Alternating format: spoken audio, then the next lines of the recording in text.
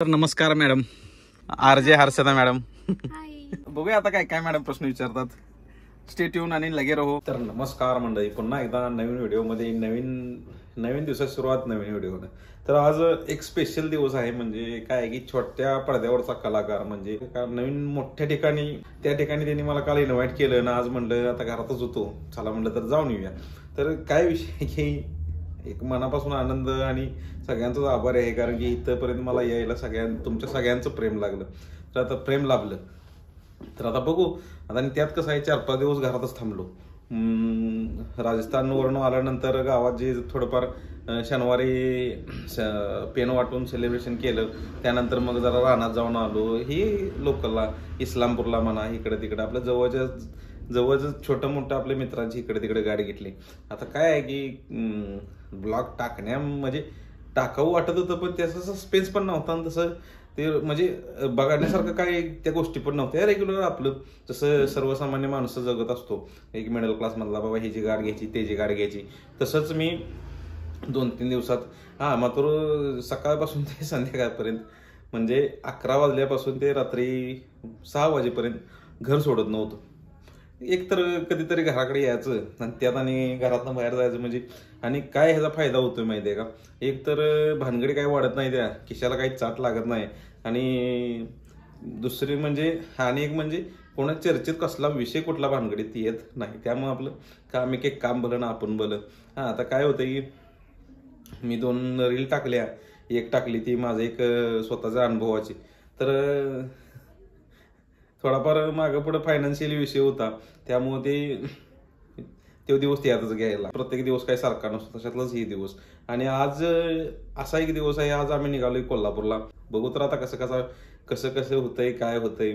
आणि मोठ्या पडद्यावर जायचं म्हणजे जरा कसलंच एनर्जेटिक आहे, एनर्जी आहे. पण पुढलं काहीच माहित नाही बाबा. काय प्रश्न विचारणार आहे ती, काय आहे ती. कचरा स्वच्छता नेरले नगरी शाळेतली पोरं.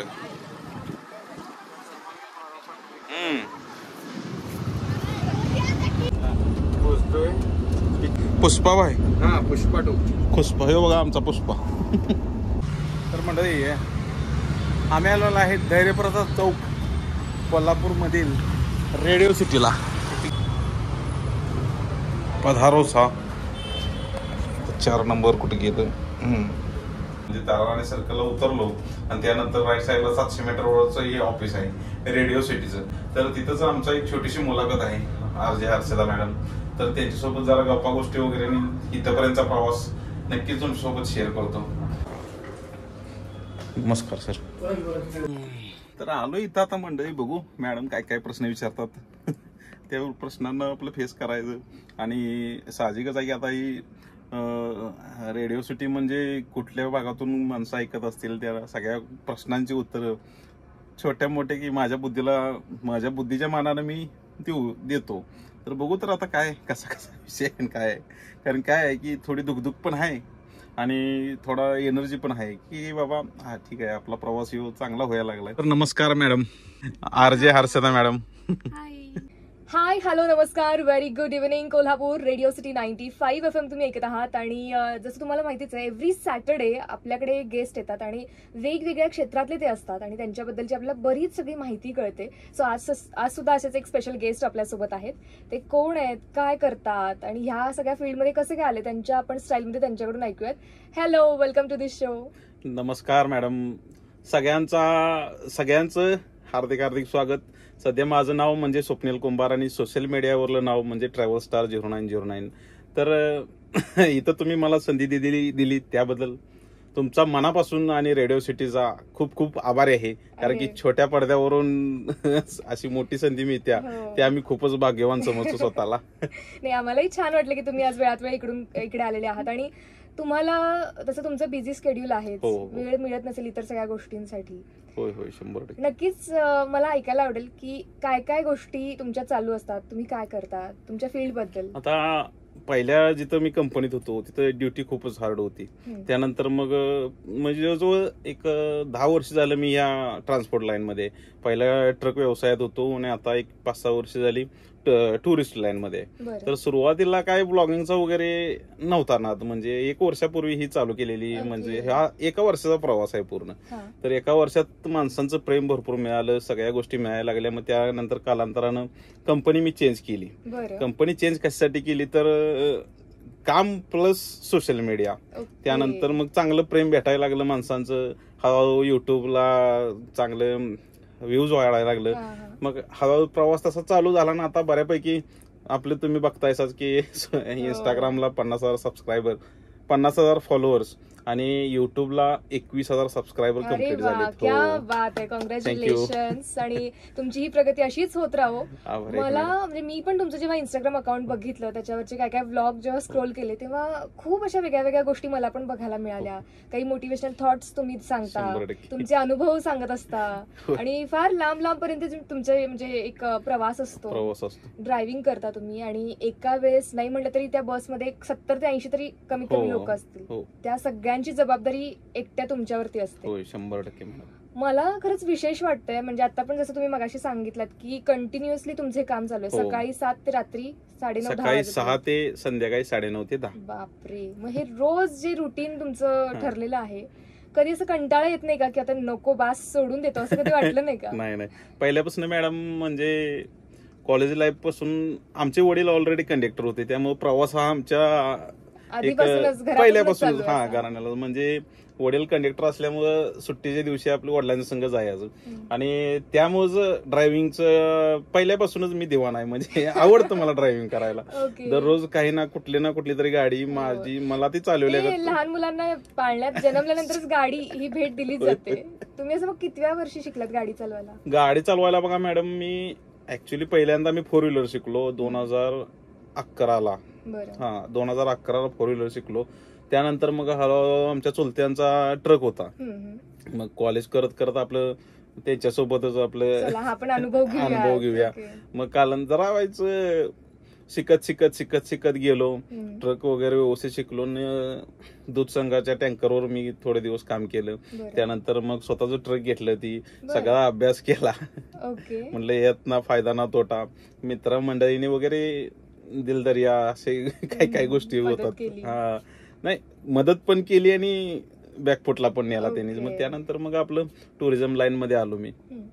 प्रवास खूपच म्हणजे ड्रायव्हिंग ही क्षेत्र मॅडम असं आहे की पावलोपावली तुम्हाला अनुभव येतात आणि खूप बदल जाणवत 100%. आणि कसं आहे, आता पहिलं ट्रक व्यवसायात तरी एवढे माणसांचा संपर्क नव्हता. टुरिझम म्हणजे टुरिस्ट लाईन मध्ये दररोज नवीन चेहरे त्यांना फेस करणं त्यांच्यासोबत. आणि ते झालं आणि रस्त्याचे यांनी प्रॉब्लेम, त्यामुळे दररोज काहीतरी नवीन अनुभव आम्हाला ठरलेला आहे. जेव्हा टूर्स अँड ट्रॅव्हल्स कंपनीची ती एवढी मोठी बस, त्यातले एवढे सगळे प्रवासी, ते एवढं सगळं टेन्शन आणि रोजचा तुमचा प्रवास आहे, कमीत कमी सांगलीहून पुण्याला तर सारखं जाणं होतच असतं. मग मध्येच घाट वगैरे लागतात आणि असं म्हणतात की अवजड वाहनं घाटात, आपल्याला नॉर्मल आपली गाडी घाटात चढवायची किंवा उतरवायची म्हटली तर टेन्शन येतं.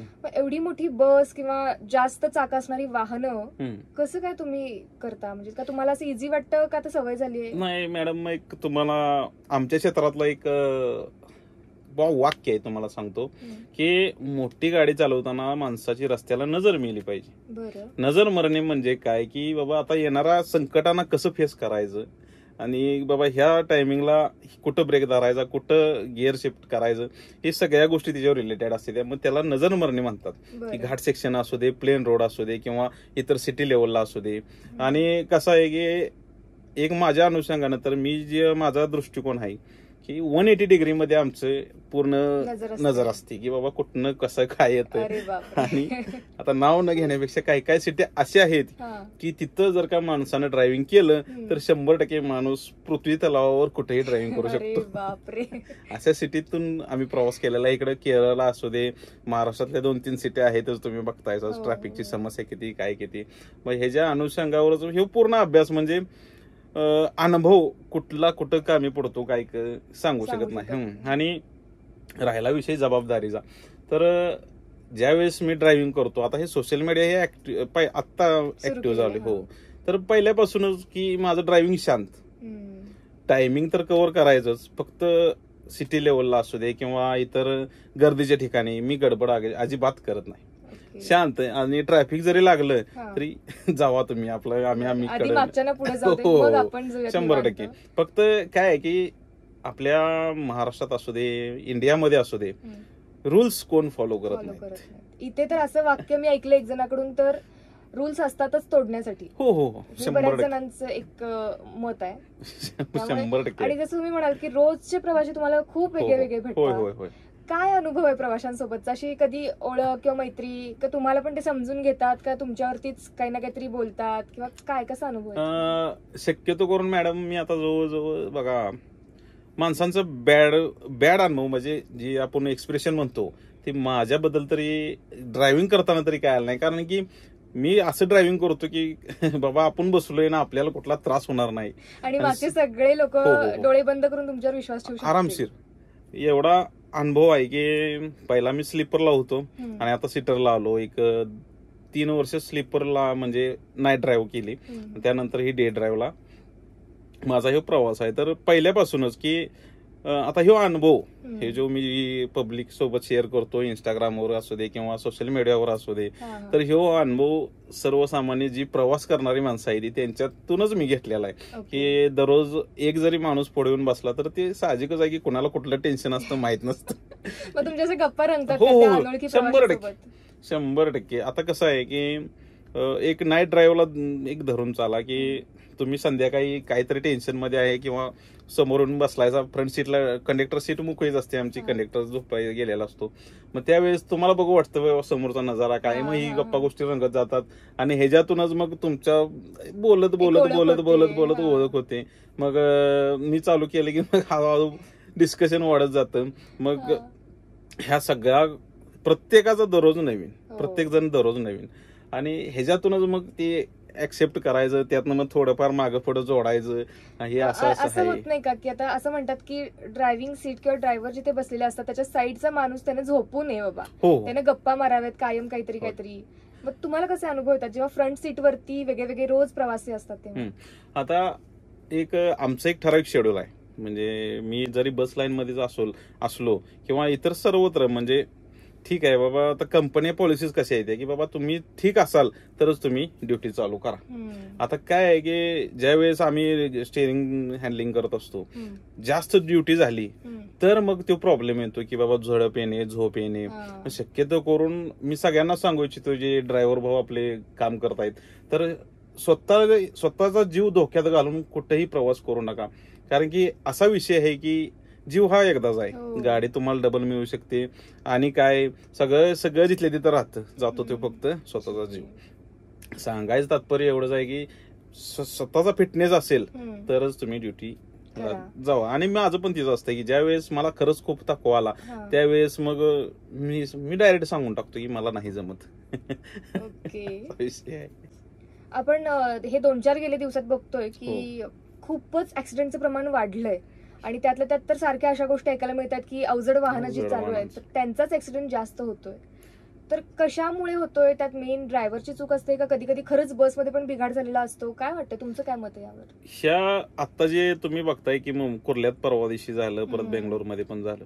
तर ज्यावेळेस माझा एक अनुभव असा सांगतो की बसचा कुठलाही मेंटेनन्स असू दे किंवा अवजड वाहनाचा मेंटेनन्स असू दे तर शक्यतो करून गाडी रस्त्यावर आणायची नाही. ही पहिली चुकी आपली, म्हणजे पैशाच्या अभावी माणसं करत असतात. म्हणजे ड्रायव्हिंग क्षेत्रात आहेत ते की काही फायनान्शियली असू दे, कौटुंबिक असू दे, समस्या असतात भरपूर.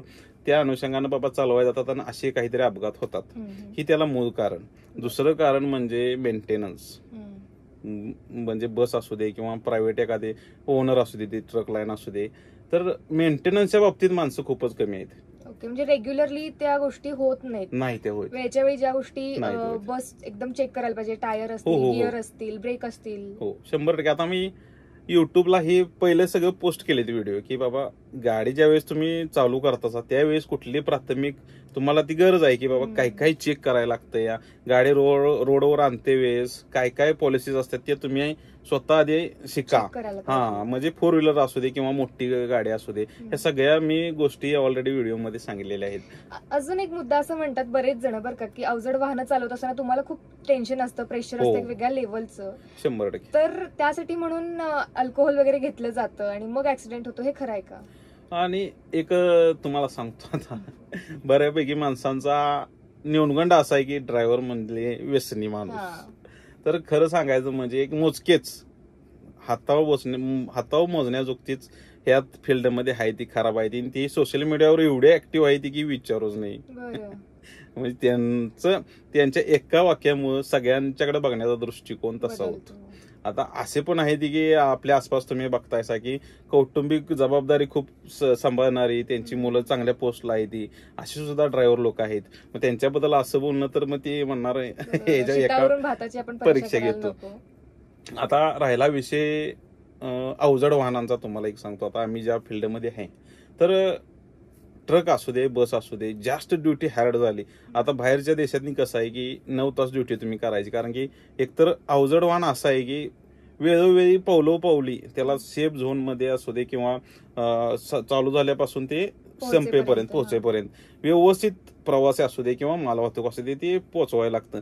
मग ह्याला असती टायमिंगचं महत्व असतं. आता टायमिंगचं महत्व त्यासोबतच ड्रायव्हरचा कोणी इथं विचार करत नाही. मग ते ड्रायव्हरचा विचार कशाचा करत नाही तर एकामेकाच्या ह्यानं की बाबा तो नाही तर मी जातो, इथं कोणाची जीव स्वस्त झाले थोडक्यात सांगायचं. आणि परवा अजून एक व्हिडिओ व्हायरल झाला की एक तर बस ड्रायव्हरच होते, त्यांनी बस थांबवून तिथे जाऊन लक्षात येत नाहीत का गोष्टी की मागे किती प्रवास आहे ते आपल्यावर अवलंबून आहेत. सो याबद्दल काय वाटतं? आता सर्वसाधारण सांगायचं झालं तर सर्वसामान्य म्हणजे एक मिडल मॅन किंवा ड्रायव्हिंग हा क्षेत्रात येणारा माणूस कुठलाही मागला पुढला म्हणजे बेस्तेचा नसतोच परफेक्ट.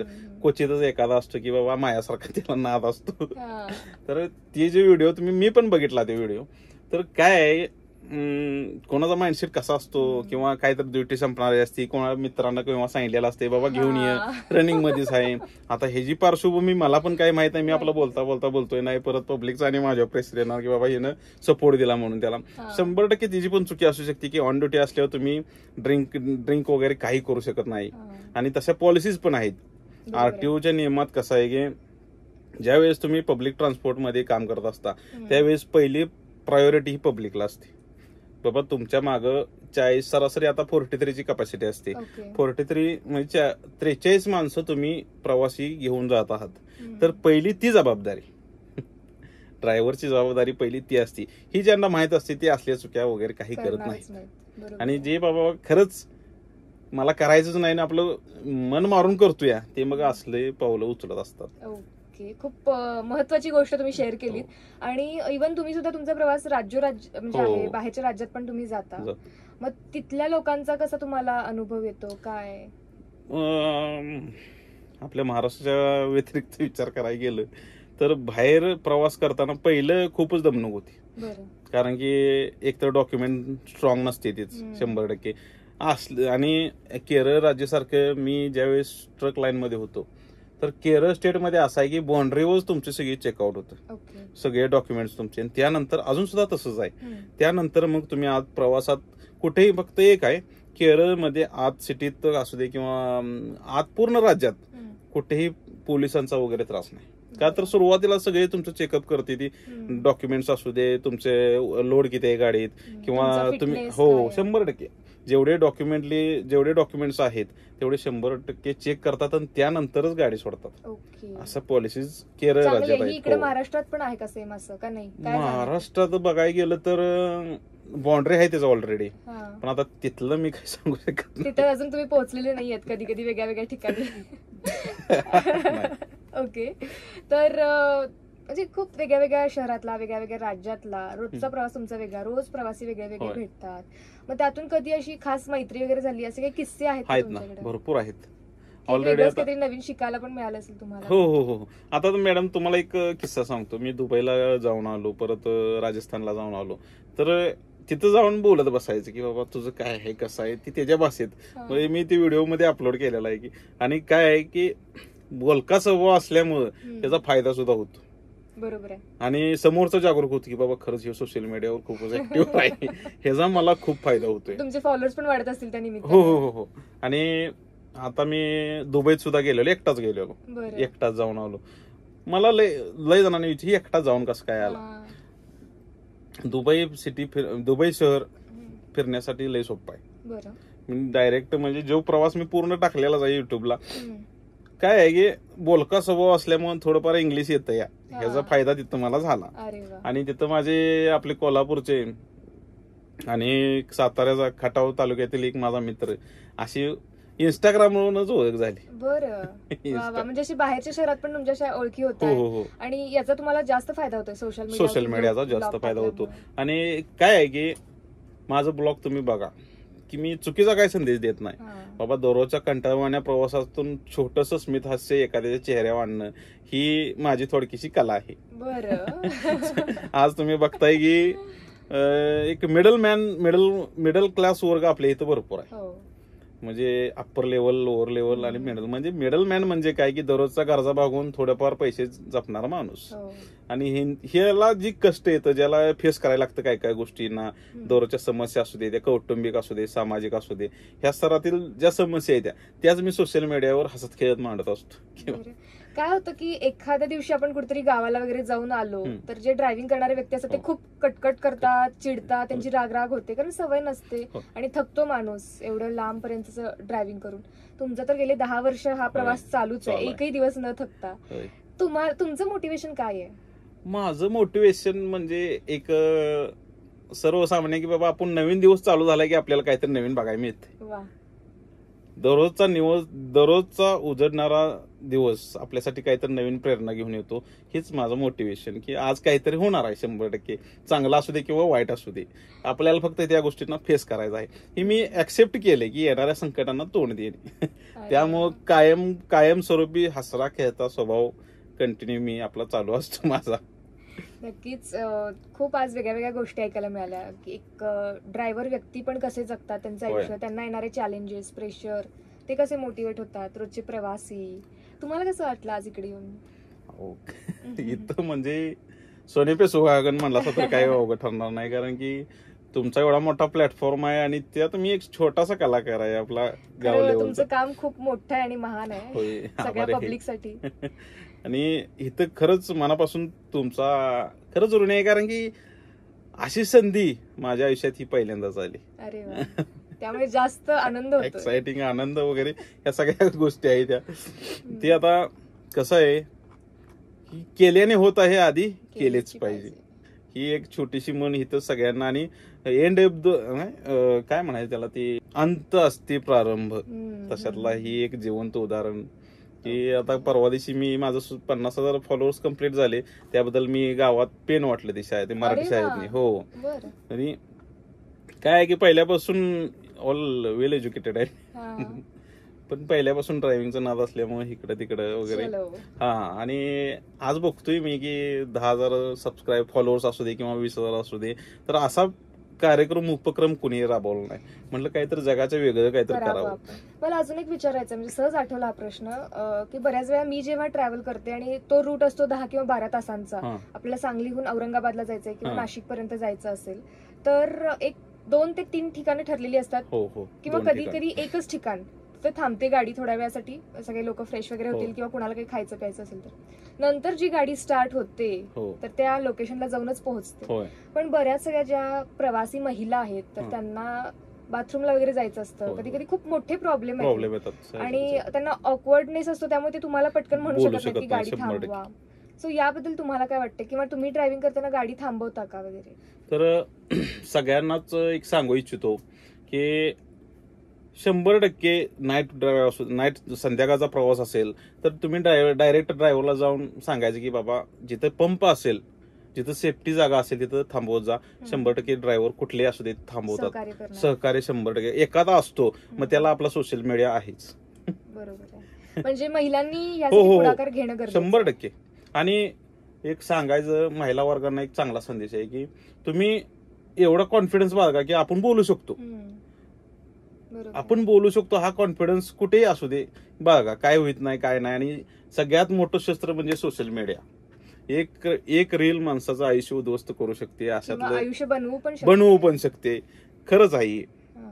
ही. तुम्ही आता साहजिकच आहे मॅडम, सरासरी घरोघरी बघा एक 4 ते 5 डिव्हाइस आहेत. म्हणजे आपले जे आपलं रेग्युलर मोबाईल असतो ते प्रत्येक घरी आहे. आहेच. हा, मग ह्याचा वापर कुठं करायचा तर असे बाबा काय काय पॉलिसीज असे असतात, काही ठिकाणी असं असतात की व्हिडिओ शूट करून सुद्धा ते पोस्ट करू शकत नाही, कारण की आपल्याला जाणीव होते की बाबा या तिची नोकरी जाईल म्हणून.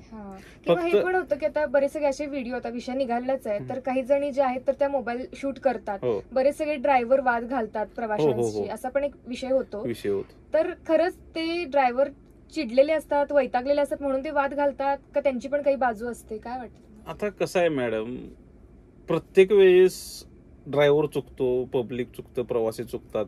म्हणजे त्या सिच्युएशनला काय बोलावं ही ज्याचं त्याला कळायला पाहिजे. आता काय, मी 2-3 व्हिडिओ तसं बघितले ते की चुकी नसताना सुद्धा ड्रायव्हरला दोषी ठरवतात. आणि असं पण आहे की मुद्दामून ड्रायव्हर चुकी करतात. म्हणजे कुठला तर राग कुठं तर काढायचा, रस्त्याला काहीतरी. हो. त्यामुळे मी काय सजेस्ट करू शकत नाही की बाबा ही बरोबर आहे आणि चूक आहे. हा, आणि एक सांगू इच्छितो की मला लय जण विचारतात की तू शूट कसा करतोस. हो, आमचा पण तो मेन महत्वाचा प्रश्न आहे. कारण इतर वेळेस म्हणजे प्रत्येक वेळेस आपल्याला शूटसाठी कोणीतरी व्यक्ती असेलच असं नाही. आपल्याला काही गोष्टी स्वतःहून पण कराव्या लागणार आहे. 100%. तर माझं जे व्हिडिओ आहेत युट्यूबला टाकलेले, तर त्याला अँगल आहे, म्हणजे बाबा कुठनं शूट घेतलेला आहे. तर आपण एक मोबाईल हँगर असतो काचेला, तर मी त्याच्यावर शूट घेतो. बरं, म्हणजे वेगळे वेगळे ट्रिक्स वापरतात. हा, ट्रिक्स वापरतो. म्हणजे बाबा सेफ्टी पहिली माझी प्रायोरिटी, मी ड्रायव्हिंग करतोय. आणि त्यानंतर मग आणि शक्य जेवढा माझा ह्यो सोशल मीडियाचा प्रवास आहे, तर माझ्या व्हिडिओपेक्षा माणसं मी बोलतोय काय तुमच्या बोलण्याच्या स्किल वर ते जास्त. होय. आणि एक सांगतो की लय जण मला म्हणते की तुझी गावंढळ तुझी भाषा गावंढळ आहे. तर सगळ्यांना सांगू इच्छितो की बाबा हे ड्रॉबॅक कसा आहे, आपल्या माणसांचा हे ड्रॉबॅक की तुम्हाला सगळं ऍक्सेप्ट होऊ शकतं, पण गावाकडचा गावंढळ गडी तुम्हाला ऍक्सेप्ट होऊ शकत नाही. पण मला कुठेतरी असं वाटतं की नाही, काही प्रमाणात आता हे थोडंसं बदलत चाललंय चित्र. उलट बऱ्याच जणांना गावाकडच्या गोष्टी आणि गावाकडची माणसं, त्यांची माणुसकी हे जास्त आवडायला लागलेलं आहे. काय आहे की मी एक अभ्यास केलाय समाजात राहून किंवा ट्रॅव्हलिंग करताना. माझं जाईल तिथं बारकावा असतो की बाबा आपण पुढे गेल्यावर आता एक प्रवासाचं तुम्हाला उदाहरण देतो की आपला प्रवास कुठं जायचा आहे, आपल्याला पुण्याला जायचं आहे, कोल्हापुरातून पुण्याला. पुण्यात गेल्यानंतर काय पुण्यात गेल्यानंतर कायच नाही ना, पुण्यात जायचं आहे. मग कोल्हापूर ते पुणे ह्या दरम्यानचा जो प्रवासाचा फील आहे ती रेग्युलर आयुष्यात सुद्धा माणसाने घेणं महत्वाचं आहे. मग हे फील फक्त गावाकडे होतं. सिटीतनं कसं होतं की दररोजचं काम करायचं, दररोजचं तेच शेड्यूल, दररोजचं त्या गोष्टींमुळेच माणूस वैतागत असतो. मग गावाकडचं कसं असतं, या काही नसलं तरी 4 चौकात बसून हो. आणि बऱ्यापैकी मी असं अनुभवलंय की आता तरी ठीक आहे, पण गावाकडच्या माणसांना आयुर्मान जास्त का असतं, तर पहिली गोष्ट म्हणजे ते टेन्शन फ्री असतात. कारण की त्यांना उद्याची फिकर नसते नाही मागची फिकर नसते. आता सिटी लेवलचा विचार करायला गेलं तर सिटी लेवलला भरपूर समस्या असतात की घराच्या भाड्यापासून सुद्धा पूर्ण मुलांचं झोपेतून जागा झालं तरी रात्री झोपेपर्यंत टेन्शन. गावाकडच्या माणसांना पण असतं, पण त्याच्या प्रमाणात कमी म्हणजे पूर्ण कमी. कारण की एक धरून चाला की मी गावात राहणारा माणूस आहे, मी गावातनं सहज बाहेर म्हणजे घरातून सहज बाहेर पडलो तर एखादा हाक मारतोच, ये चहा पिऊया म्हणून. तसं तुम्ही सिटीत फिरा, कोण हाक मारतो दिसून येत नाही दिसून येत. मैत्री वगैरे असेल तर तो भाग वेगळा, पण गावाकडचं कसं होतं की दररोज हे बाबा हे खायला यायचा माणूस आहे, हे वरल्या यायचा माणूस आहे, ही माणसांना माहित असतं. आणि जरी काय झालं बाबा जावा त्या घरात राहतोय म्हणून, तसं सिटी लेवलला आपण बोलू शकत नाही ना. आणि जी आपुलकी आहे ती फक्त आणि फक्त गावाकडेच. बरोबर आहे. कधी कधी एवढी अवजड वाहनं तुम्ही जेव्हा चालवत असता तेव्हा जर हायवे असेल तर थोडासा स्पीड वाढतोच गाडीचा, पोहोचायचं असतं, पुढचं टाइम लिमिट असतं म्हणून. पण जेव्हा थोडंसं शहर येतं, गाव येतं, तेव्हा तुम्हाला गाडीचा स्पीड कमी करावा लागतो. आणि एखादं कुत्रं तर आडवं येतंय, सायकलवाले तर येतात, चालत जाणारे तर रॉंग साईडने येत असतात, असे खूप वेगवेगळे अनुभव येत असतील तुम्हाला. तर त्यावरती तुमचा काय दृष्टिकोन आहे, काय मत? आता तशा आरटीओचे नियम, रस्त्याचे जे नियम आहेत त्याच्या अनुषंगानं ड्रायव्हिंग करायला गेलं तर मॅडम कुठलाही तुम्हाला कधीही त्रास होत नाही. म्हणजे आता आपले जे जो NH भविष्यातला NH48 आणि सध्याचा 4 नंबर हायवे, नॅशनल हायवे क्रमांक 4, तर ह्याला 80चं स्पीड लिमिट आहे. 80चं स्पीड लिमिट हे कुठं कुठं आहे, जर जिथं प्लेन रोड आहे, सिटी नाही अशा ठिकाणी. आता सिटी लेवलला आमचं ड्रायव्हिंग कसं असतंय की शक्यतो करून शांत, म्हणजे 50-60च्या दरम्यान आम्ही आपला असतो. कारण की कसं अचानक कोण कुठून येतोय सांगता येत नाही, आणि असं प्रसंग आहे ते की आम्ही सुद्धा अचानक ब्रेक मारतो. कारण की शेवटी कसं आहे की मागली पण तेवढीच आहे, ती आमच्या जबाबदारी आम्हाला आहे, आणि समोरच्याला पण वाचवायचं असतं. मध्ये तुमचं सँडविच होत असणार आहे. सँडविच म्हणजे मग त्यासाठी काय की मी ज्यावेळेस ड्रायव्हिंग करतो त्यावेळेस कमीत कमी एक सिटी लेवलला तरी असू दे, ट्रॅफिक वगैरे असल्यावर अंतर कमी असतं, पण सिटी लेवलला असलं तरी एक 10 ते 15 फुटाचं अंतर हे नेहमी डिस्टन्स मेंटेन करतो मी. कारण की हे ना काय होतंय, जरी एखादी 4 व्हीलर किंवा 2 व्हीलर आली, कारण असे पॉलिसीज आहेत की असे काही काही अनुभव आहेत, माणसांना जीवाचं देणं घेणं नाही. त्यांना जो 2 व्हीलर असू दे, 4 व्हीलर असू दे, तो जातो 12च्या भावात, थांबतोय मागणं, येतोय, बघतोय, तो थांबतो. अशी पण माणसांची माइंडसेट आहे. नक्कीच. परत काय आहे, मी एक व्हिडिओ पोस्ट केलेला आहे बघा मॅडम, रील आहे थोडक्यात ती. माझा प्रसंग इथं किनी टोल नाक्याच्या पुढे गेले की आपली वारणा नदी लागते, त्या दरम्यान एक साईड बंद होती म्हणल्यावर एक साईड हळूहळू चालू होती, म्हणजे रॉंग साईडने 2-3 गाड्या टाकल्या, आणि त्याच्या 4 व्हीलरच्या मागणं अचानक 2 व्हीलर वाला आला. माझा शूट चालू होता त्यावेळेस, कंडक्टरला सांगितलेलं की बाबा मोबाईल घेऊन पकडतो. मग त्यावेळेस गाडी थांबली म्हणून ठीक आहे ना, त्यावेळेस त्या माणसाचा तिथं मृत्यू होत होता. हे तुम्हाला कधी कधी सेफ वाटतं का की आपण कॅमेरे चालू ठेवले असतो त्यामुळे बरं आहे बाबा? 100% हो. चुकी कोणाची कळत. आणि शक्यतो करून आता हे एवढे नियम स्ट्रॉंग आहेत की म्हणजे मी बघतोय की मोठ्या गाडीवाल्याची चुकी अशी सगळीकडे म्हणजे दृश्य झालेलं आहे. मग इथून सगळ्यांना सांगू इच्छितो की भले आता मृत्यूला कारणीभूत 100% ड्रायव्हर असू शकतो असं नाही. मग वेगळ्या पण सगळ्या गोष्टी हो 100% गोष्टी असतात. आपण डायरेक्ट आता हाय ड्रायव्हर त्याला आपलं सगळ्यांनी हात साफ करून घ्यायचा अशी पॉलिसीज बऱ्यापैकी सगळीकडे आहेत. होय, म्हणजे लोक पण कायदा हातात घेतात. आता कुर्ल्याचा जो इन्सिडेंट झाला तर त्या ड्रायव्हरला बेदम चोपलाय. आपल्याला पण एक्झॅक्ट माहित नाही की काय घडलं ते, पण ऍटलिस्ट लोकांनी असं मारणं काय योग्य वाटतंय? तर नाही, माझ्या तर ती बुद्धीला पटत नाही. कारण की आपण वेल एज्युकेटेड माणसं आहे. आपल्याला कळते की बाबा खरं काय आणि खोटं काय. जोपर्यंत आणि ज्याला कळतं तर तो अशी रिस्क घ्यायला जायत नाही. जे काही बाबा ज्याला मागं पुढं काहीच नाही, कुठला तर राग कुठं तर काढायला जायत, मग ते अशा वेळेस व्यक्त होतात. बरं, जेव्हा आपण प्रवासासाठी निघणार असतो, 2 व्हीलर असेल, 4 व्हीलर असेल किंवा अजून अवजड वाहनं असतील, कुठल्याही प्रकारची गाडी, सगळ्यात आधी काय चेक केलं पाहिजे आपण गाडी बद्दलच्या कोणत्या गोष्टी काय सांगायला? एक सर्वसामान्य धरायचं झालं तर 4 व्हीलरचं तुम्हाला उदाहरण देतो मी. कारण की प्रत्येकाच्या घरी एखादे घर का असताना आपण 4 व्हीलर प्रत्येकाच्या दारात आहेच. तर सुरुवातीलाच तुम्ही ऑइल, टायर प्रेशर, दुसरी गोष्ट बॅटरी, लाईट्स, वायफर्स काय आता ऋतुमानानुसार असते ते, एवढंच काय बाबा ऋतुमानानुसार तुम्ही चेक करू शकता. आणि दुसरी गोष्ट म्हणजे ब्रेक्स, आणि सगळ्यात महत्वाचं म्हणजे क्लच ऑपरेट होतोय का नाही. जर का तुमची ऑटो गाडी असेल तर ठीकच आहे, पण शक्यतो करून मॅन्युअल गाडीला क्लच ऑपरेटिंग वर लय फोकस असतो. कारण की जसं ब्रेक्स महत्वाचं आहे तशी क्लचचा पण तिथं महत्वाचं आहे. आणि सगळ्यात तसं बघायला गेलं तर ऍक्सिलेटर याला कसं आहे, जो परफेक्ट असतात त्यांना ती सांगायला लागत नाही, पण जे नौके शिकाऊ आहे ती त्यासाठी मी युट्यूबला सुद्धा व्हिडिओ केलेला आहे की बाबा तुम्ही नवीन गाडी चालवत असतील तर ही काळजी घ्या. आणि मिरर सुद्धा व्यवस्थित सेट केला पाहिजे. आता मिररचं उदाहरण मी दिलंय ऑलरेडी. ज्यावेळेस तुमचा जो चंद्रकोर म्हणजे अंडाकाराचा आपला मिरर असतो, राईट साईडला असू दे किंवा लेफ्ट साईडला, म्हणजे त्याला काय इंग्लिश भाषेत बोलते मला काही माहित नाही, मी आपलं माझ्या भाषेत बोलून टाकतो.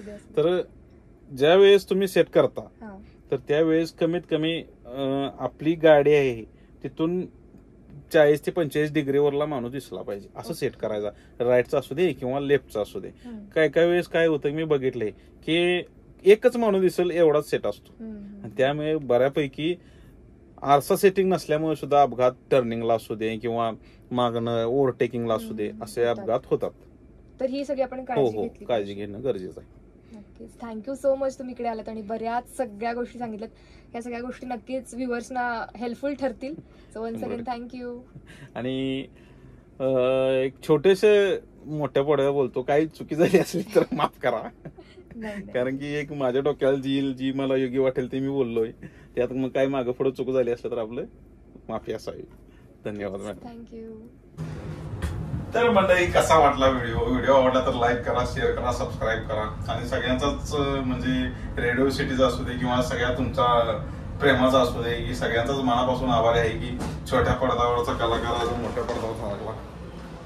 कुठं आलो मॅडम, खाली जायचं आहे मला, ग्राउंड फ्लोअरला जायचं. बोलाय ना आता चुकलेली. तर मनापासून रेडिओ सिटीचा आभार आहे, कारण की त्यांनी मला बोलणे इथं छोट्या पडद्यावरचा कलाकार मोठ्या पडद्यावर बोलण्याची संधी दिली. आणि थांबतोय तेच आता बघू रनिंगमध्ये. पुन्हा एकदा सगळ्यांचा मनापासून आभार आहे. भेटूया नेक्स्ट ब्लॉगमध्ये. धन्यवाद.